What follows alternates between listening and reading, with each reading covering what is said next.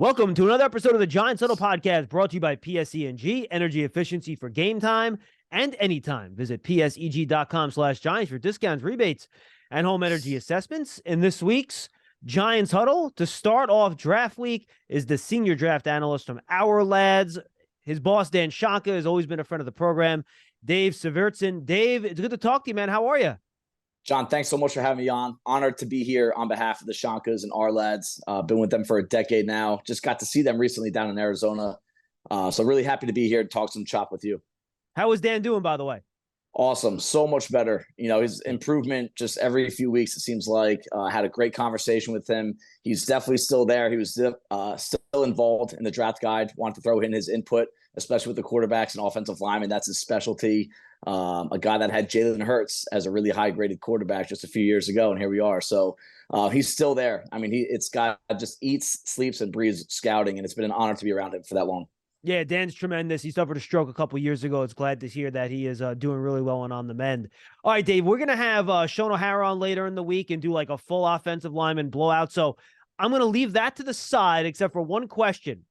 In your analysis, is any offensive lineman that plays center or guard worth your bang for the buck with a late first-round pick, or are you better waiting for later in the draft? I have one, and I'm assuming we're going to keep Skoronski out of this because I kept him on my tackle stack as well. But Osiris Torrance is the one guy that I think is worthy of the discussion at 25th overall, just because of how physically dominant he played. This kid could have come out could have stayed at Louisiana and been a first-round pick in this draft. He opted to follow Bill Napier, the head coach, over to Florida, play in the SEC, and kept that sackless streak alive. And this is a lineman that was over 400 pounds in high school and goes and reshapes his body, matured way beyond his years, put in an offensive line with Kevin Dotson, Robert Hunt, Max Mitchell, all future NFL linemen from Louisiana. And they thought he was the best lineman at that time as a freshman. And the fact that he kept progressing year after year and played his best football in the SEC and showed out against Jalen Carter confirmed that he should be in their first round discussion. Positional value is part of that. The Giants fit is part of that. But to not talk about him as a possibility would be a crime. So you push centers, though, the Schmitzes, the Tippmans, the Whipplers. I'll even throw Steve Avila into that because I like the center tape in 2021. You would wait till day 2 for that set. Day 2. You might have to trade up. If you're going to zero in on one of those guys, you might have to pull up a little trade up into the middle of round 2 because I think that's when they're going to start coming off the board. And once one of those guys comes off, I think they're going to rapidly come off. But in round 1, I think it's a little rich. No, agreed. I'm with you on that. All right, let's stick on the offensive side of the ball. Let's go to wide receiver. We're going to try to focus in here on the Giants' days and picks 1 through 3, Dave. So how do you stand on this wide receiver class? Because it's a weird class. I feel pretty confidently that there is not a pure number 1A wide receiver in this group, period. Just because of his agility and his route running, I probably feel best about Smith and Jigba, though I wonder about his ability to stack and get over the top and play outside consistently. You know, people love Zay Flowers. I don't love him as much as other people do. I see him as more of an inside guy. Addison's play strength and weight worry me a little bit, and his subpar 40 time. How do you view this wide receiver class and how it kind of fits with what the Giants have at 25, where they already, frankly, have a bunch of guys that can play inside in the slot?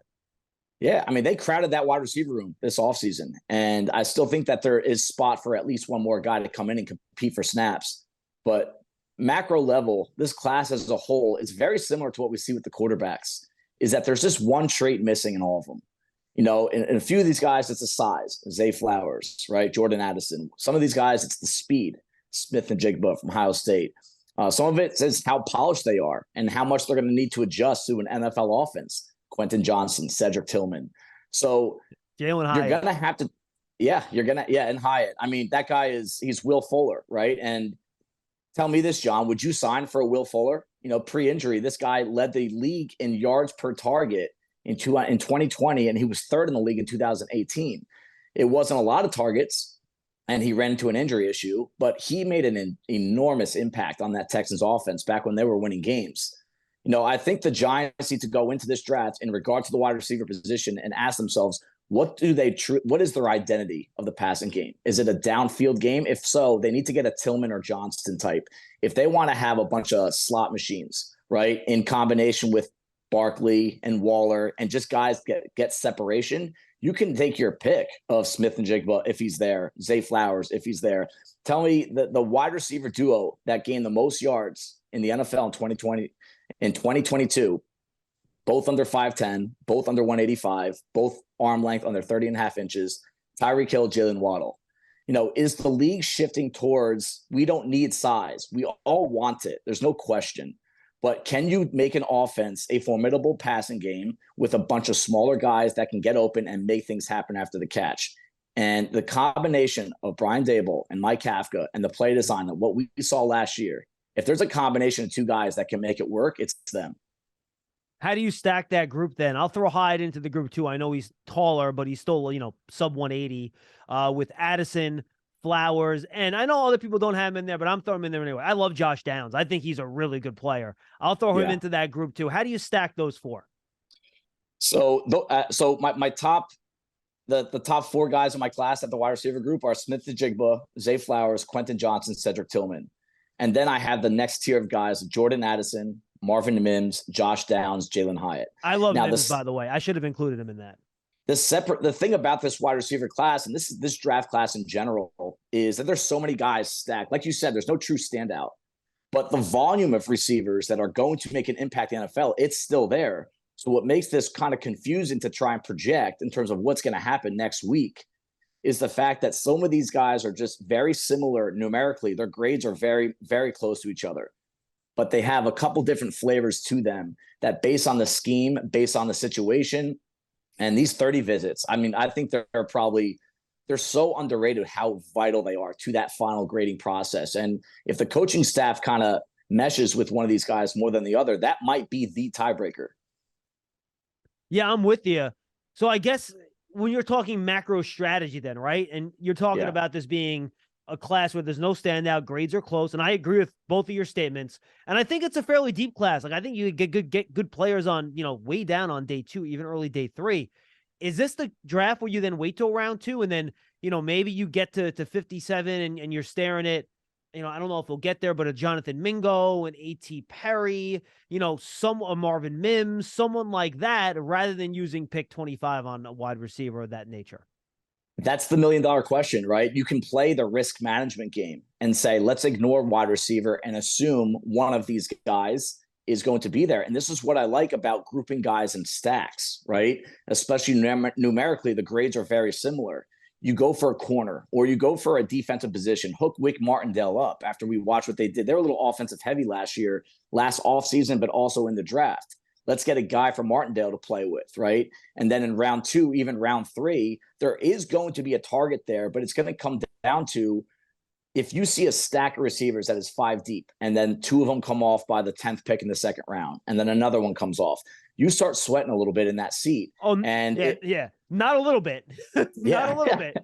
Yeah, the nightmare would be what, John? You go into the 3rd round with the, maybe even the 4th round with this current group of giant receivers. And I think they have pieces here to make things happen, to elevate the offense from last year. Year 2 of Daboll and Jones, all that. I don't think that they are screwed if they don't get one of these guys. But if one of their macro level approaches in this draft is that we need another playmaker to increase our league worst explosive play rate in the NFL from last year, right? You got to get one of your top 5 or 6 guys. I think that's a rule for them.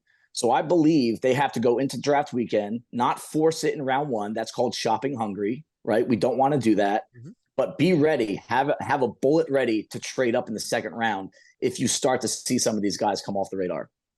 Who are some of those 2nd round value guys that you would like in the 50s? I love Marvin Mims because I don't think there's much separation between him and a Jordan Addison. I love Jonathan Mingo. He is A.J. Brown reincarnated, a little bit more raw. A.J. Brown was more refined coming out, but it is weird. I don't helmet scout. I don't. I really kind of keep the bias away. But when you look at the size, 6'1", 220 plus, good 40, good with the ball in his hands, breaks a lot of tackles. That's what A.J. Brown was at Ole Miss. And I think you can get Mingo somewhere in the 2nd. But again, if someone has a higher grade on him, he might not be there. I'm like you. I'm a big A.T. Perry fan, but there's a name out there that reminds me of Stephon Diggs. I watched his tape early in the year and I wrote his name. And then the more I watched, the Senior Bowl confirmed this. Jaden Reed from Michigan State. Good player. Very good player, adds to the return game, has the swagger that you want on the outside. I think the Giants coaching staff wants the receivers to be physical dudes that will block on the perimeter. Reed will do that. He proved it a lot over the course of his career at Michigan State. He had a weird year. He had a weird injury early in the year. It was a laceration to his back after getting pushed into the bench. And it just kind of took some of the wind out of the sail that you might be getting him at a discount rate. And again, just look at the skill set, look at the numbers, look at the tape. You're going to have a hard time convincing me there's a big difference between him, Mims, and Addison. And I feel pretty good you'll get Reed at that end of the second round. So I think sure. if he's in that stack, I would feel pretty good about getting him there. And I don't think he's a second round guy, maybe early third. I'm a big Charlie Jones fan too. And I know he's not the biggest guy and he might be limited to the slot in the pros. I get it. But the guy can run. He runs routes. He's got unbelievable hands. He's going to be productive in the NFL, period. When he ran his 40 at the combine, I was sitting on my couch. I did a little fist pound because you want a guy like that to ball out at the combine, because one of the stereotypes against him, he wasn't a downfield threat. I'm going to challenge anyone on this that doesn't think he's NFL caliber. Go watch the tape against Devin Witherspoon, who everyone has fallen in love with from Illinois. He beat him multiple times down the field. And Iowa just didn't work out for him there. I don't know what's going on there. A lot of guys from Iowa transfer. Julius Brents, the corner, is another one. They come out. There's a lot of players that do better at the next level than they do at Iowa. I don't know how he didn't get on the field considering what they've been putting on display on the offensive side of the ball. Charlie Jones is an NFL receiver, and like you said, he'll be there for a while. Yeah, I'm with you 100%. All right, so let's move on. Any sleeper wide receivers that you really like on day 3, Dave? Day 3, I would say a sleeper wide receiver I like is from Michigan. It's kind of in that Charlie Jones mold, Ronnie Bell.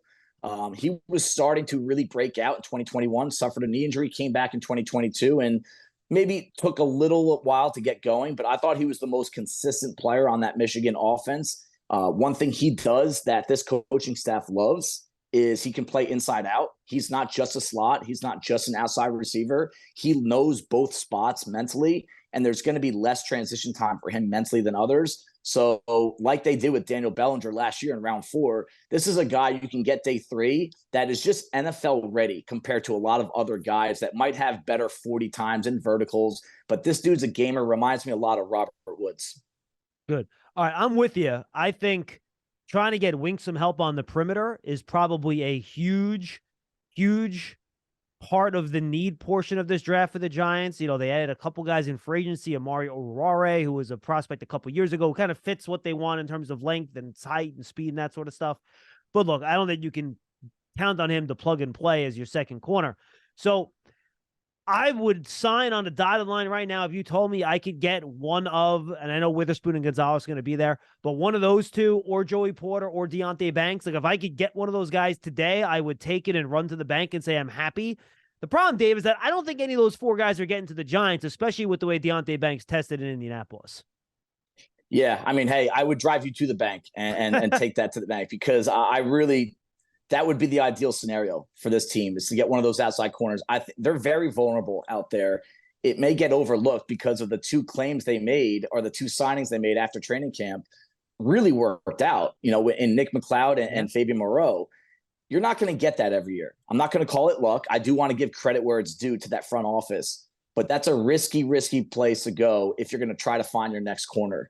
So if there's going to be an aggressive move in round 1, it might be for one of those top 4 corners. If they get to a spot, I think this is something we should keep track of. You know, we just named off 4 corners, right? Gonzalez, Witherspoon, Porter, and Banks. If 3 of them are gone, I bet the Giants will at least pick the phone up and see what does it cost to move up. Now, if you're looking into the mid-teens, late teens, it's probably going to be a little too expensive. I think 20 and later, right? Somewhere in that range. Right in that range. You give up a 4th, maybe give up a 3rd, but then also get an extra pick back on day 3, so you're still getting the same amount of swings in the batter's box. But if those guys aren't there, this is a similar group to what we just talked about with the receivers. And I also think about this about the edge rushers. There are guys that can be there day 2, day 3 that can help this team. They're a little bit more raw, but when you look at what Wink Martindale likes to have at corner, right? When Baltimore was at the apex of their defense, when he was there, just had tall, big, physical, fast dudes on the outside that played a brave style of football. And you have multiple guys. You have Darius Rush from South Carolina. You have Julius Brents from Kansas State, Tyreek Stevenson from Miami on the raw side. But this is a scenario where I trust this defensive coaching staff to, really exploit the strength in these guys' games and try to hide a little bit of the weaknesses, at least early on. Yeah, I 100% agree. And I think a guy like Darius Rush is really interesting. He's late to the position. He's got the size. He's got the speed. When you saw him play press man in Mobile at the Senior Bowl, he was phenomenal. That's a guy I think that still has some upside swing, and I might lean on him before I even lean on his teammate Cam Smith, to be honest with you. Yep. They're back to back on my stack board. Yeah, they're close. And I would have called you crazy if you said that was going to happen in September. I was pretty high on Smith. I still am, but I think Rush has a little bit more upside, just the size, speed, and like you said, former wide receiver that is still learning the position, learning it at a pretty rapid rate. If you're looking at some of the progress from year to year, you look at some of the 21 tape, 22 tape, he's a different player. And you want to see that in the scouting process. That's why you don't only look at 1 year's worth of tape. You want to see how much these guys improve year to year. And at the Senior Bowl, how much they improved day to day. And everyone that came out of Mobile said that he was one of the winners in that regard. He took in NFL coaching, applied it, and started making plays left and right. So, if they do strike out and don't want to trade up for one of those top 4 corners, by no means is it over. I think that there's still going to be a good opportunity day 2 to pick up a quality corner that can help this team next year in the future. One guy you did not mention in your list there is Kelee Ringo, who is very polarizing. How do you view him? I'm higher on Ringo than most. I think that he belongs in that top 4 tier. And I know that he's riskier than those guys. I do think he's an option at 25. And, my notes on him are pretty much the same thing every single week. And this is what kind of worries you a little bit. You see the good and bad from him every single week. The number one thing that's got to go out of his game is how grabby he gets with his hands. Way too many penalties, holding, pass interference. And in my opinion, in college, you get away with a lot more than you do in the NFL. So that's going to be something that, Joey Porter, not to bring him up, but he did the opposite, right? 2021, he was a penalty machine. Yep. 2022, he bumped it down a lot. And that shows you maturation and that he understands that he's got to play the game with his feet, not his hands. Ringo hasn't gotten there. But physically, when you talk about the ability to turn his hips and run and how that fits into the Martindale scheme with how much he likes to leave those guys out alone on an island, and you have to be able to run with his guys down the field and not have anyone get over the top of you, Ringo can do it. And I'll tell you what, there's not many corners that come out of college weighing 210, run a sub 4.4 40, right, and picked off Bryce Young, Will Levis, and Hendon Hooker all over the course of his college career.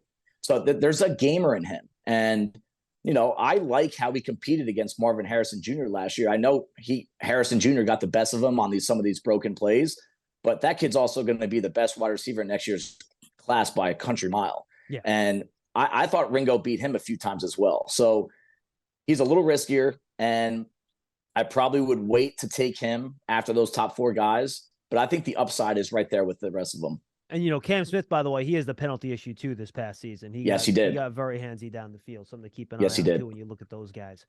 I think the quarterback class is interesting. The one guy we haven't mentioned yet is Manuel Forbes. And I think he's a really good player. The weight thing worries me a bit, but not a ton, because he shows he's willing to tackle. Can he be durable with that size? I don't know the answer to that question. I don't think anybody does. But I don't know if I like him, Dave, in a press man scheme. I think I prefer him reading the quarterback in either an off or a zone. I think that's where he's best. So I wouldn't consider him with the Giants there, just because I don't think he's good enough player. I just don't think ideally, and please disagree with me if you think I'm off base with this, I don't think he's a guy you want with his back to the quarterback. I want him looking at the quarterback to take advantage of his playmaking skills. You're exactly right. You did your homework on him, because that's the biggest issue you have. There's 2 issues in his game that are going to show up in the NFL, and you're going to have to scheme around it. And I don't know if that scheme fits for the Giants, right? And this is what's one thing that's unique about the cornerback position and scouting it and projecting it to the NFL. It is so much about scheme. Oh. You could have a guy that is a perfect fit, top 30 overall player for one team, and another team won't even have him on their board. Forbes might be that guy out of this cornerback group. On my personal stack, a guy that does not work for a team, he's my number 6 corner. He is worthy of a late first, early second. You're approaching the area and at a very valuable position that's hard to fill. So yeah, he should be in the picture if you're picking at the end of the first round. But for this scheme, like you said, I don't see him doing a good job jamming DK Metcalf at the line and running with him downfield. Like he's tough, but 160 pounds is 160 pounds. It doesn't matter how tough you are in certain scenarios. And then, the durability, every time he gets mixed up with a downhill running back, Brian Robinson from the Commanders coming downhill on him, I'm going to worry if he's going to get up every single time. And one of these times he's not going to. And, you know, we could talk about this with the receivers as well. Are you adding another Cordell Flott to your system? You know, just a little undersized, little sleek. Do you want a little bit more balance out of that group? Yeah, I mean, you mentioned DK Metcalf. The Giants have A.J. Brown twice a year. Yeah. That's 60 pounds. Literally 60 pounds. Yeah. I mean, I've played basketball against guys that are 60 pounds heavier than me, and guess what? Sometimes you just get sometimes you just have no chance. Yeah. No chance. Especially when you don't get to really square yourself up. You know, that's what would worry you in press coverage. And like you said, a lot of his production, his big plays, and he's got plenty of them, and I think it's worth a team looking at, absolutely. But it came, like you said, looking at the quarterback. And if you're not going to have him do a lot in that, you're not going to have him do that often in this scheme, you have to question if the fit is right. No, I'm with you. And by the way, I should have followed up earlier, but you mentioned big wide receivers, and it clicked in my head that I forgot to follow up with you on this. You had Tillman very high on your list. I did. I like Tillman. I think he's a really good, maybe he's a little strong to call him a possession receiver. I think that's what he was in 2022. But I think in 2021, you saw a little bit more than that before that high ankle sprain. So you think he has more big play upside than maybe I do, would be my guess as to why you have him rated a lot higher than me. I do. And I'm going to say this. I'm going to put myself out there. His 2021 tape is better than any receiver in this class, other than Smith and Jigba from 2020 as well. I think Smith and Jigba is the number one guy in this group. But take everyone else out. Even Addison's Biletnikoff Award winning season, Tillman's tape from that year was better. And Georgia, 200 yards and a touchdown, right? Alabama, 7 catches, 100 yards and a touchdown. He has a career drop rate under 5%. Zay Flowers, over 10%. Quentin Johnson, over 10%. He's a contested catch machine, right? So if you're going to be a possession receiver, which is fair because he's not a 4-4 guy and he's not very elusive after the catch. So he's kind of like in that Hakeem Nicks, Amani Toomer fold. Michael Thomasy, maybe a little bit? Maybe, yeah, maybe. I think Thomas has a little bit more fluidity in his route running. And Tillman, I think one negative is that when Heupel came and took over that offense at Tennessee, they don't change sides of the field, let alone have a guy go inside outside. He was on the right side 2021 and 2022, I think all but 3 snaps. And that might not be a big deal. It might be. You don't know. It's a box that remains unchecked. The ankle injury, without a doubt, slowed him down. He was moving a lot worse. I'll tell you what, how many receivers, though, and I think Dable's going to love this, how many receivers would have shut it down and said, hey, look at my 2021 tape. I'm good, bro. I'm not coming back. I'm going to get ready for my combine. I don't want to do any. He had a tightrope procedure, which is a little risky for a wide receiver to take in the middle of the season, comes back and fights his way through the end of the year. And I think that's an intangible that we don't see that often anymore. It seems to me that it's like the popular thing. It's the majority of players now. They opt out of their bowl game because they're just afraid of getting hurt. They put in their time and they're ready to go. Tillman, he put himself out there. And you talk about in a class of a bunch of small, shifty, undersized wide receivers, this guy looks like a giant. He's 6'3", 213, 33-inch arms, 80-inch wingspan. I think the Giants need another guy. If you're going to tell me to pick a perfect wide receiver for this team, it's a Cedric Tillman type. No, I agree. And I think you kind of putting that basketball team together then, which is kind of what you want to do, right? Exactly. All right. Switching back to defense. I didn't mean to detour us there, but I did forget to follow up on that when you mentioned that a wide receiver, which I thought was interesting. And Quentin Johnson, by the way, scares me a little bit, to be honest with you. You know, he has a weird mismatch of traits to me. He's kind of a skinnier, tall guy. So you figure downfield threat, contested catch guy, you know, attacks the ball well, but he has drops and he body catches. He's not good down the field, but he's tall and he's skinny, but he's great after the catch. Like, it just doesn't make sense to me, which is why I don't know if this is just a guy in the Big 12 taking advantage of bad defenses or if it's something that is actually going to transfer. So I think upside-wise, he might be the best in this class. He scares the hell out of me. I'm not going to lie to you. We speak the same language on him, John. I have written down here that if each one of these receivers hits their true ceiling, he will be the best, but he has the longest route to go to get there. And so many boxes unchecked. He plays in that Sonny Dykes offense, right? And if you look at a lot of the receivers that he worked with throughout the different programs, right? California, SMU, there's only one receiver that really had success at the next level. He actually does fit the profile of Johnson, and that's Cortland Sutton from his days at SMU. That is similar. You're right. 6'3" to 6'4", 220. I mean, Sutton was 220. I don't think Johnson weighed in that big, but similar 40 times, similar weaknesses to his game. The question is, if he hits that ceiling, is that worth the 25th overall pick? Personally, I think Johnson's going to fall into round 2 because of the amount of boxes that remain unchecked. If his hands were a little bit better, I would feel better about him. That's one thing I just don't. I don't want to see someone drafted in the first round that can't catch the ball consistently.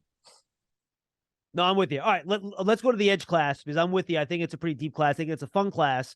And frankly, I think when all is said and done, that's where you might find value for the Giants when you get to that 25 area. Like, that would not surprise me. I think we can all assume that, obviously, you know, Anderson will be off the board. We can assume Nolan Smith is going to be off the board. I'll assume that Lucas Van Ness is going to be off the board.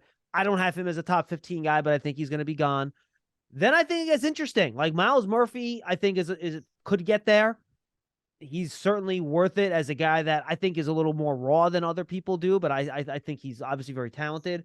Then you get into the Will McDonald, BJ Ojulari category, which I think is interesting. How do you view that kind of back end of the first, top of the second in terms of edge rushers that you like that could kind of fit that Wink Martindale scheme?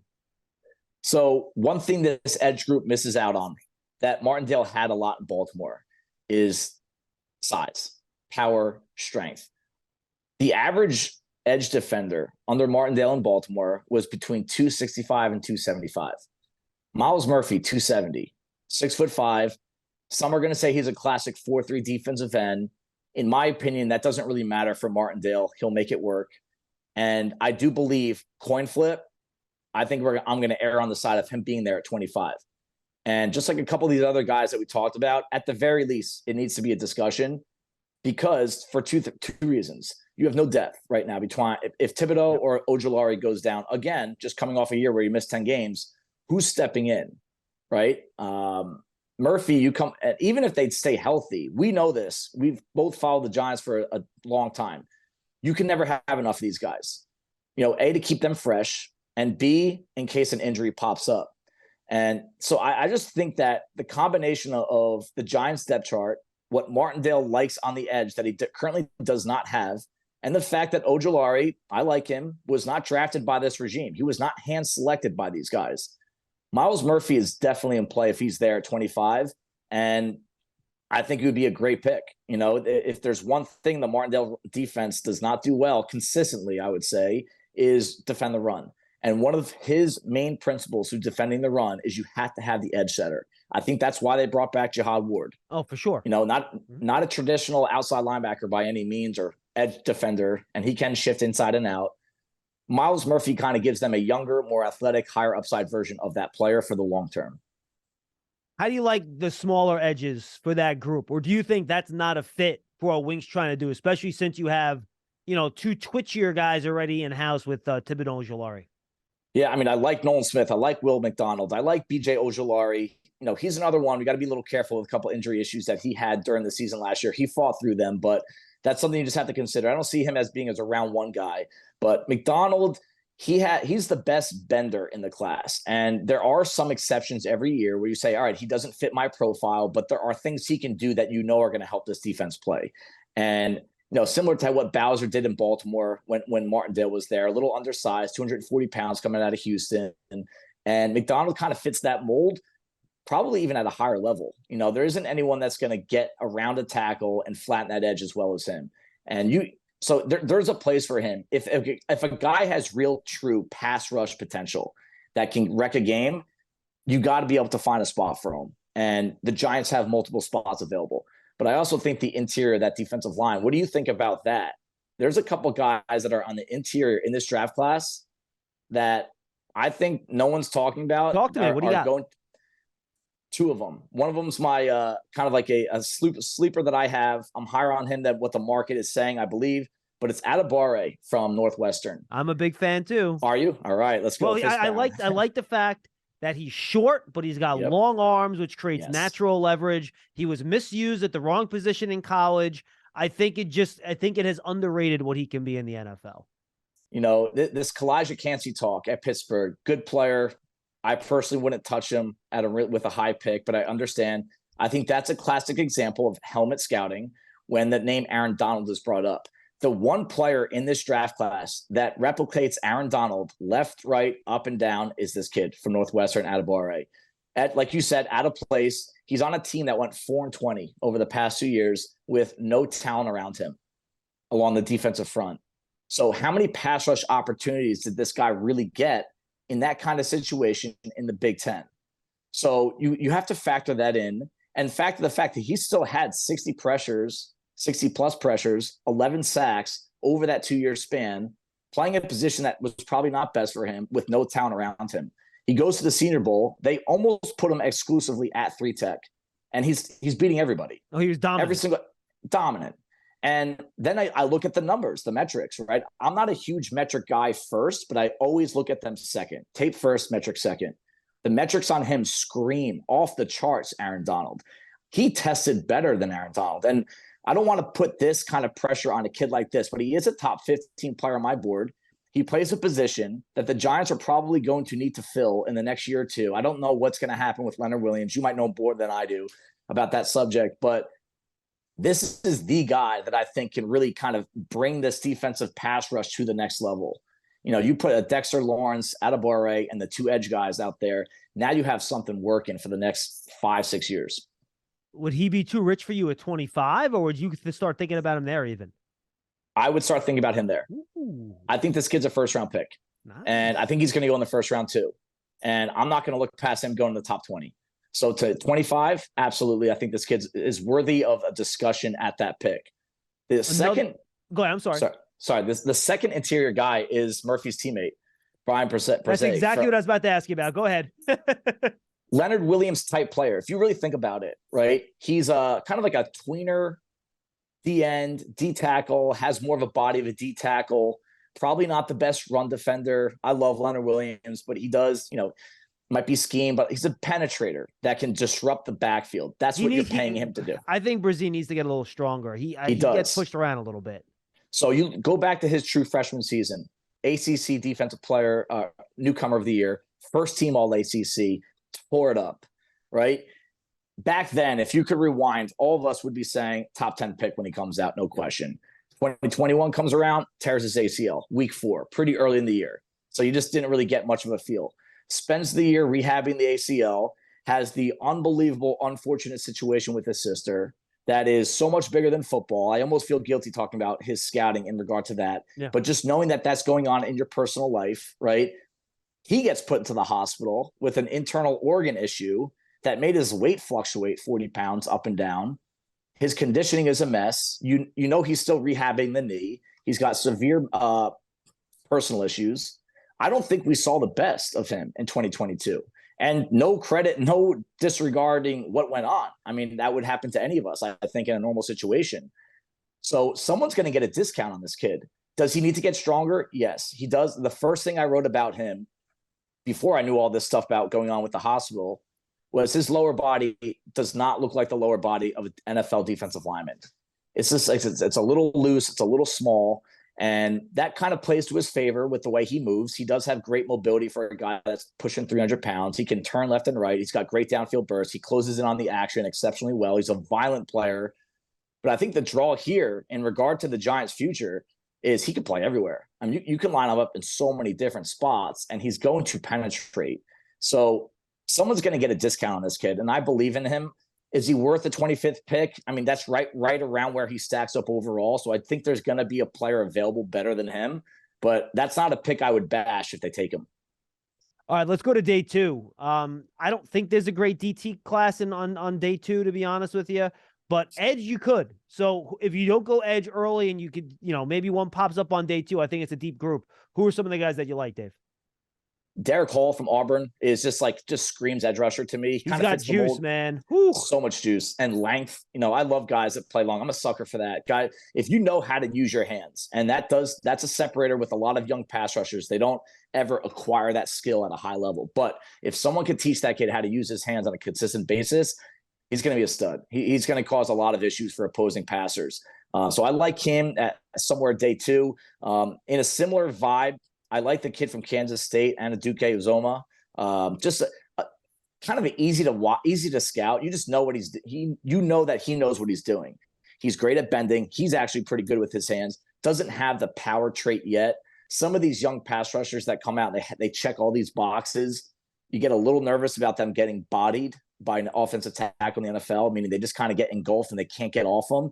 That's the one thing I have that kind of separates him from being that, maybe borderline first-round pick. But for day 2, I think it's great value. I don't know if Ali Gay is a round 2, round 3 guy, but I'm really intrigued by him. That if the Giants go into day 3 and they don't have an edge rusher yet, which is very possible because there's a lot of things that they could use other picks on, a lot of spots. He's a kid that I think got a little twisted in all the turmoil around the LSU coaching staff in the recent years. Like he came out as a true freshman and he was like, per se, like this guy's going first round when he comes out. He just has all the tools, the height, the weight, the speed. He can play in any scheme. And then we saw him get a little nicked up. And then we saw him just not adjust to what we saw early in his career. But the tools are there. And what I love about him that coaches are going to like, that's why I think he's got a shot at going a little bit higher. He's a try-hard. Engine, it always runs hot. Violent player. Will always be found running through the whistle. So that's a guy in this scheme I think works out. All right, let's bounce around a little bit here, Dave, before we say goodbye. Brian Branch didn't test great. I watched him again today just to make sure I remembered him correctly because I watched him very early in the process. Yeah. Damn, he's a good freaking football player, man. Like, guys do not get separation on him when he covers them in the slot. I almost think of him as more of a slot corner than a safety, but I think he can do both. I don't know if he's going to be there at 25, but if he is, he's, I haven't looked at my list. I've moved a couple guys. I probably somewhere around 18 first round grades. He's one of them. So if he's sitting there at 25, even though it's a safety, I got to think about him in this class. You have to. And what's the biggest loss this defense has had this offseason? Julian Love. Yeah. Mm-hmm. This kid is Julian Love, but better. And there are so many parallels between Branch and Love that it almost, I know this isn't what happened, but it almost seems like, we let Love go to Seattle, a little bit of a price issue that I thought Giants could have afforded, but maybe not. And maybe they think that Branch is going to be there. Maybe there are a couple nickel safeties that fit Love's role at a very high level. Jartavius Martin from Illinois is another one. But on Branch, right, this is a guy that played dime linebacker, slot, nickel, over the top. They have Jordan Battle there, so he didn't play a lot of free safety. This past year, we saw Julian Love play a lot of free safety because Xavier McKinney was out. But that is exactly, other than that, with McKinney out, that's what Love did for the Giants defense. He was in the box as a dime linebacker. He manned the slot.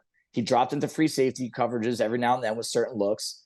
Branch does that, very similar physical profile. And here's one other trait that the two of them have near identical to each other. Julian Love was one of the best tackling defenders in the NFL last year in terms of he just didn't miss, right?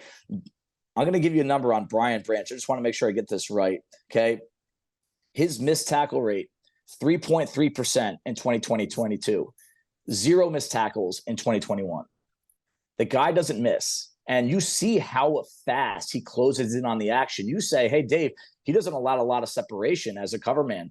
The dude is smart. He is Minka Fitzpatrick smart. He knows what's happening before it happens. And that kind of player that can play multiple spots in your secondary is invaluable. So I don't think he's going to make it to 25, but if he does, he's in the discussion, no question. 100% agree. Are you as down on the inside linebacker safety class? And look, that's not to say there aren't some guys you can find later, but I feel like we're still in that small off-ball linebacker group where everyone's small, but these guys didn't test well enough to be that small and to get picked high enough, right? And some guys are just really small. Like Ivan Pace, his tape is fun, but my goodness, he's tiny. Yeah. And Jack Campbell, I love. I would pick him early second round all day, every day, and be happy with him. And then safety, you tell me with those groups, anyone late that you think maybe people should be higher on than what they are.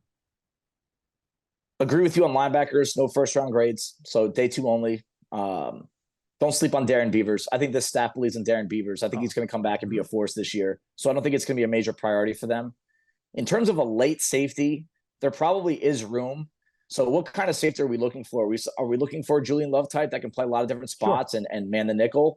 I mean, I love Jartavius Martin. I have a first, second round grade on him. I don't think he's going to go that high. But that Illinois secondary, his teammate, Sidney Brown, the running back's brother, Chase Brown, has been one of my favorite football players to watch over the past 2-3 years. And then he throws out 6 interceptions this past year. So, now you're saying, all right, this guy really is a complete player.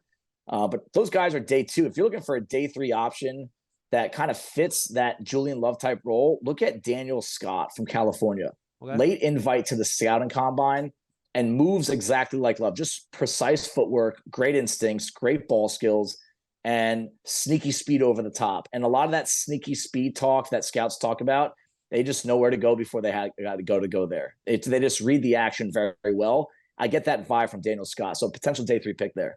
You talk about stacking guys, and I think running back is interesting because you really do stack guys, and I think almost in categories, and they are very close to each other in these middle rounds, right? You have the class that has Shane, Tajay Spears, Eric Gray. I think there's some separation there. Spears is my favorite of those 3 guys. Then you have, all right, do you want between the tackles? You have McBride, you have Miller. What are the guys am I thinking about in that group? Rodriguez, if you want to count him in there, he's a little bit lower for me. But it just seems like in this mid round, if you're looking for a role player, quote unquote, at running back to do something specific for you, even if they're not a 3-down guy, there is a long list of good players that you can grab. Yeah, we see this every year at this position. That's why there's some chatter about running backs should never be picked high. I don't agree with that notion at all, but I do agree that you can find good running backs later every year. So if that's the argument you're going for, absolutely. And this class definitely applies to that. So what do the Giants need more to complement what they currently have? In my opinion, Barkley is not as good as you thought he would be as like a short yardage, goal line bruiser between the tackles. I don't know if it's personality based or he just loves to get hoppy and doesn't really. I would love for the Giants to get a guy that can really just put his head down and push the piles and let Barkley escape that kind of role. I think that's going to help him stay more durable, is to avoid those heavy contact positions. And there's a couple guys in this class I think that can do that at a high level. The backup running back from Texas, Roschon Johnson, who coaches are going to love because of what he can do on special teams, but he's not a bad running back either. Every now and then you get these special players like Bijan, and you don't really pay attention to the fact that his backup is pretty good too. And the way he runs, it's a little reckless, but I kind of want that behind Barkley, just for a few carries per game in that kind of situation. That's a name. Kendre Miller is another guy I like a lot from a broken tackle perspective. I don't know if we could categorize him as a late draft pick, but his contact balance is next level. And that comes from vision. And vision is hard to watch unless you watch a lot of football from that particular player. And that's the one constant in his game that we always saw, was that he just always absorbed contact, kind of like what Alvin Kamara does in New Orleans. He's not a power back, but he knows when guys are about to hit him, he tightens up and he bounces right off him. So those are a couple of guys that I really like to kind of back up Barkley and maybe even give you a few carries late in the game. I'm with you. I think those are good names. Tight end group. The Giants had to trade for Waller. It was a good trade. They should have done it. But I'm heartbroken that I can't start targeting these tight ends in this draft because, boy, they're good. Good. I think Mayer and Kincaid are legit first-round grades for me. I love Laporta. I think he's way underrated. He's going to be good. Darnell Washington's unique. He's good. Musgrave, if you buy into his physical characteristics, sure. And then you got guys even like Kuntz, right? Who is a unicorn. Tested well, but you watch the tape and you're like, oh, yeah, that's like not Jelani Woods testing. That's like real testing. Like he looks like that. You got the kid from Penn State that can run around a little bit.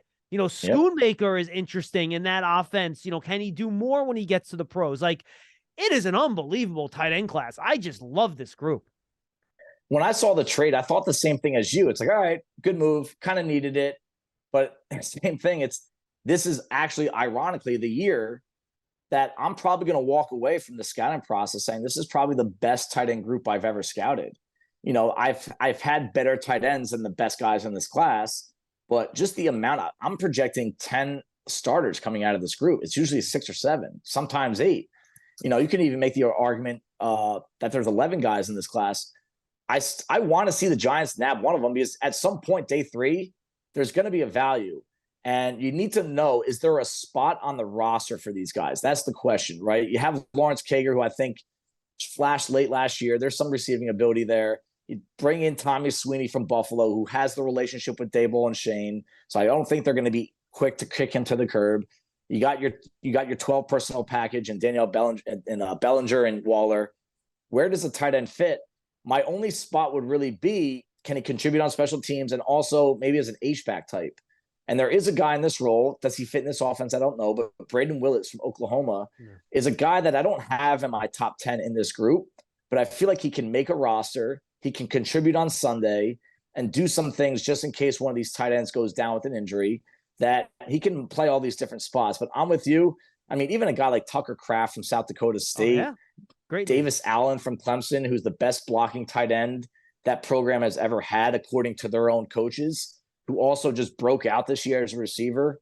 There's just so many different flavors of tight end in this class that maybe you can get creative and find a spot. I don't know if they want to carry 4/5 tight ends, but you got to take talent when it's there and not assume that everything's going to work out when it comes to injuries and performance.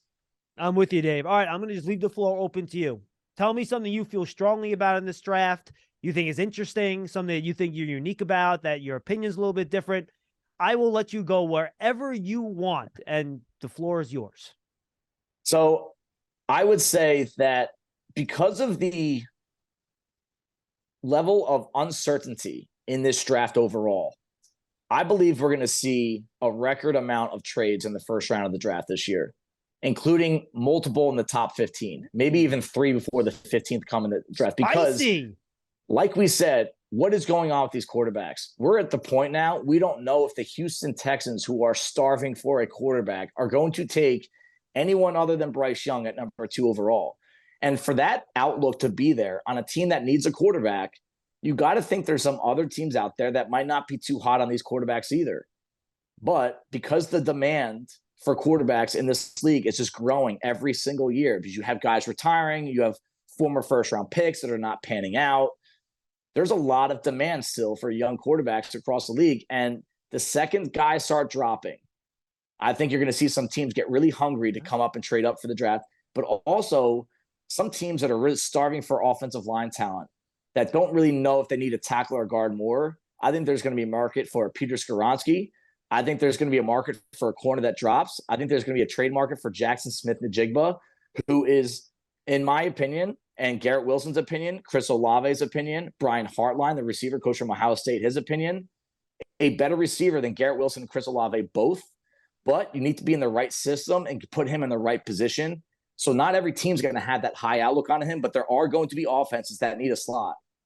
And that guy is Julian Edelman caliber from the slot. Yep. And if you can go up and get him, I think you're going to see a trade up for him at some point. So Anthony Richardson, you could see him going number 2 overall. You could see him going, in the 20s. Hendon Hooker, someone's going to trade up at the end of the first round for him so they can get that 5th-year option, similar to what Baltimore did with Lamar Jackson. So I think it's going to be a really fun, active night. If I have to be bold with the prediction, that's going to be it right there. We're going to see a record amount of first-round trades. All right, give me the Giants picks. I haven't asked one guest yet but this is going to air the week of the draft, so we're close enough. Give me your, shot in the dark, realistic but fun scenario that Giant fans will like. Who are they going to get rounds 1, 2, and 3? All right, rounds 1, 2, and 3. That's fair. Okay, so I think I'm going to stick with what I've been mocking them, just because I think the corners are going to be gone. I do think they're going to go with Zay Flowers at 25 overall and just pursue that really high-powered, fast underneath, quick passing game to offset what they have with Waller and Hodgins and Slayton and Shepard and Bellinger and Barkley. I just think they're going to get 2 guys out there like the Dolphins have done with Tyreek Hill and Jalen Waddle and just cause a lot of confusion and commotion with a lot of those cross routes. I think that's going to be where Daniel Jones excels the most. In round 2, I think that's where they're going to address the cornerback position with Darius Rush from South Carolina. Like it. I don't think there's going to be a huge discrepancy there with terms of what they need and the value and where I think who's going to be available at that spot. And In round 3, I think they go back to the defensive side to hook up our boy Wink Martindale. And it could be a safety, it could be an edge defender, but because I think they're going to lean more towards the defensive front, I think it's going to be Derek Hall from Auburn. I think if he's there in round 3, I think that's going to be the round 3. So we're going to go Zay Flowers, Darius Rush, and Derek Hall. Picks 1, 2, 3. I like it. Tell the folks, Dave, where they can find all your work. So I work with OurLads.com. It's the oldest scouting guide in the biz. Oldest draft guide in the business. We're 40 plus years now. I've been there for 10 years, and I'm going to be really active on draft weekend on Twitter. My Twitter handle is OurLads_SY, SY. And I'm going to tweet out analysis of every single pick from the weekend, as long as my soon-to-be 3-year-old allows, especially on day 3. But I think there's a market for that, especially after everyone could talk about the first-round picks, the second-round picks. But I want you guys to be able to rely on me that no matter what name comes across that ticker, rounds 3 through 7, I'm still going to be tweeting them out, what pick, the fits, and try to give you some unique analysis, not just about the player, but maybe about the team that drafted him and why that works. Dave, awesome stuff, man. This was fun. Let's do it again soon, all right? John, thanks so much, man. Dave Syvertsen, OurLads.com. Check it out. This is another Giants Huddle podcast brought to you by PSEG. The draft's coming fast and furious, folks. Stay tuned for more coverage on this podcast, Big Blue Kickoff Live, and draft season right here on Giants.com and our Giants mobile app.